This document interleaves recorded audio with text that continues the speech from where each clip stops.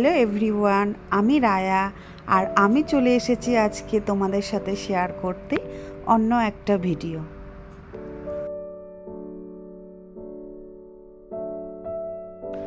আমি আছি এখন কার্শিয়াংয়ের একটি হোমস্টেতে। সেই হোমস্টের থেকে ভিউটা ঠিক এরকম। কাল রাতেই আমরা কার্শিয়াংয়ে চলে এসেছিলাম, তাই আজকে খুব সকাল সকাল রেডি হয়ে আমরা চলে যাব কার্শিয়াংয়ের সাইট সিন দেখতে। সাইট সিনের মধ্যে ডাউ হিলের যে হন্টেড প্লেসগুলো আছে আজকে আমরা সেগুলোই ঘুরে দেখব আর তোমাদেরও সঙ্গে নিয়ে যাব। তো তোমরাও পুরো ভিডিওটা দেখতে থাকো, খুব ভালো লাগবে।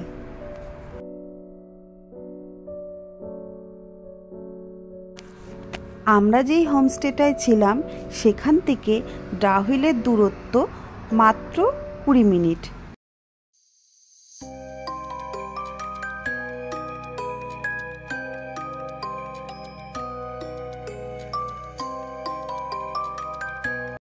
কার্শিয়াংয়ের আঁকাবাঁকা পথ চলতে চলতে আমরা পৌঁছে গেছি ডাউ হিল রোডে।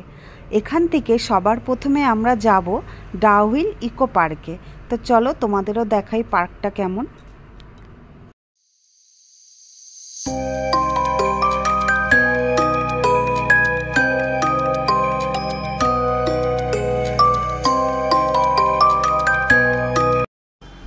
ডাউ হিল রোডটা খুব নিরিবিলি নির্জন, এখানে লোকজনের আনাগোনা খুব কম লক্ষ্য করলাম।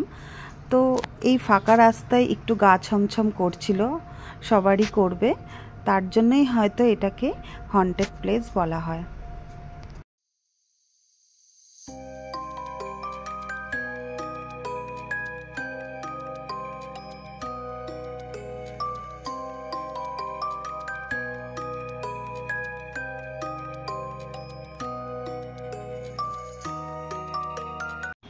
ডাউ হিল ইকো পার্কে সেরকম কিছু দেখার নেই, ছোট্ট একটা পার্ক, তাই আমরা সেখান থেকে সোজা চলে এসেছি ডাউ হিল ফরেস্ট মিউজিয়ামে।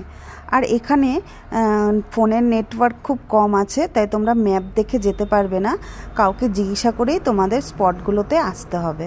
তো কাউকে জিজ্ঞাসা করে নেবে, তারা তোমাদের সঠিক বলে দেবে রাস্তা।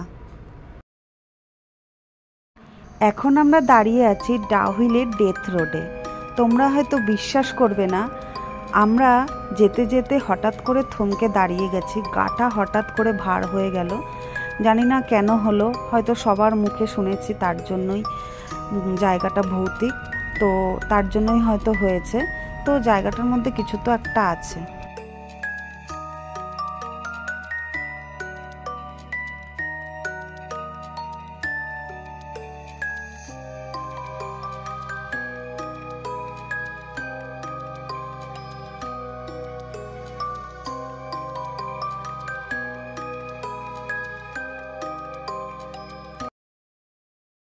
ডেথ রোড পার করে আমরা চলে এসেছি সেই বিখ্যাত ভৌতিক school Dow Hill Victoria boys school.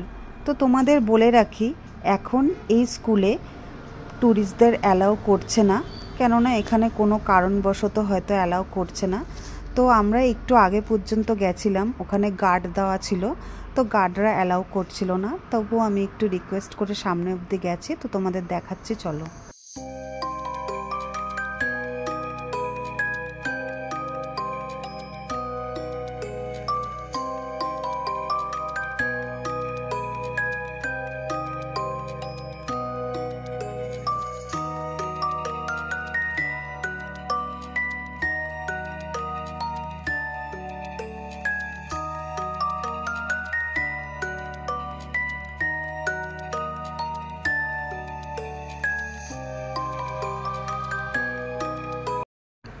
আমি তোমাদের বলে রাখি, স্কুল দেখার জন্য সময় নষ্ট না করে তোমরা চলে আসতে পারো ডাউ হিল পাইন ফরেস্টে।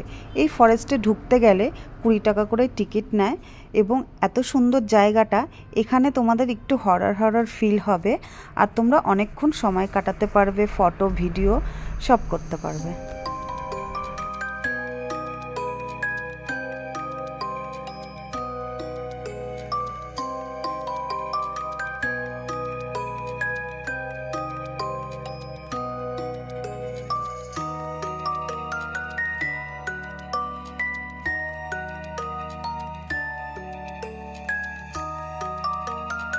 পাইন ফরেস্টের ভিতর দিয়ে হাঁটতে হাঁটতে তোমাদের যদি মনে হয় তোমাদের দিকে কেউ তাকিয়ে আছে বা লুকিয়ে লুকিয়ে তোমাদের লক্ষ্য করছে, সেটা মনে হওয়াটা স্বাভাবিক।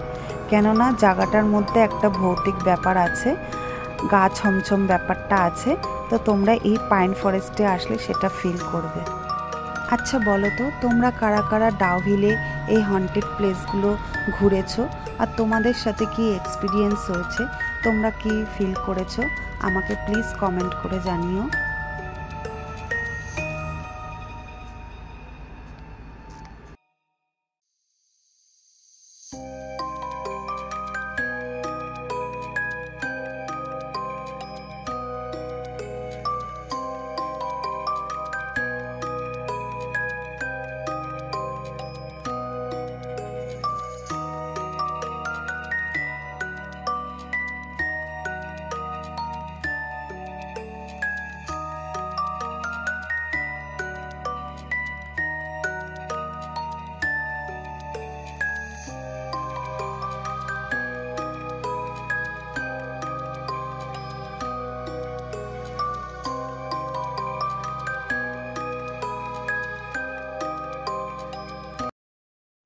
পাইন ফরেস্টে অনেকক্ষণ সময় কাটিয়ে আমরা এখন চলে যাচ্ছি ডাউহিল গার্লস স্কুলের সামনে।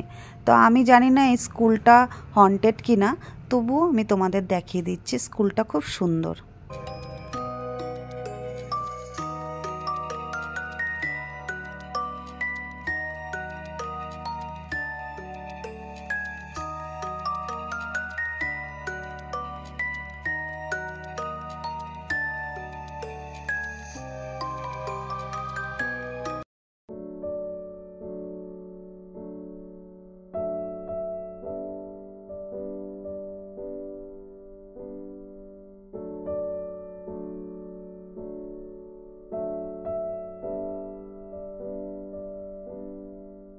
কার্শিয়াংয়ের ডাউহিল খুবই সুন্দর একটা শহর, নির্জন, নিলিবিলি, লোকজন কম। তো তোমরা একদিনের জন্য কার্শিয়াং এসে ঘুরে যেতেই পারো, তোমাদের খুব ভালো লাগবে। আমার তো খুব ভালো লেগেছে। আর রইল ওইসব ভৌতিক কাহিনী, সেগুলো আমিও শুনেছি, আমার কানে শোনা। তো আমি সেগুলো সত্যতা জানি না, কিন্তু কার্শিয়াংয়ে আসলে তোমাদের একটু অন্যরকম ফিল হবে। কেননা এটা লোকের মুখে শুনতে শুনতে আমাদের মনে একটা জিনিস বসে যায়, তার জন্যই হয়তো সেটা হয়। তো আমার তো খুব ভালো লেগেছে কার্শিয়াংয়ের ডাউহিলে ঘুরে। আমার এই ছোট্ট অভিজ্ঞতা তোমাদের সাথে আমি ভিডিওর মাধ্যমে শেয়ার করলাম। যদি ভালো লেগে থাকে তাহলে কমেন্টের মাধ্যমে আমাকে জানিও। আর আরও এরকম ভালো ভিডিও পেতে চাইলে আমার চ্যানেলটাকে সাবস্ক্রাইব করে দিও, আর লাইক আর কমেন্ট করো প্লিজ। আর আবারও তোমাদের সাথে দেখা হবে এরকম কোনো অন্য ভিডিওতে। ততদিনের জন্য তোমরা ভালো থেকো, সুস্থ থেকো, আর প্রচুর প্রচুর ভালোবাসা নিও। তো লাভ ইউ সবাইকে, টাটা।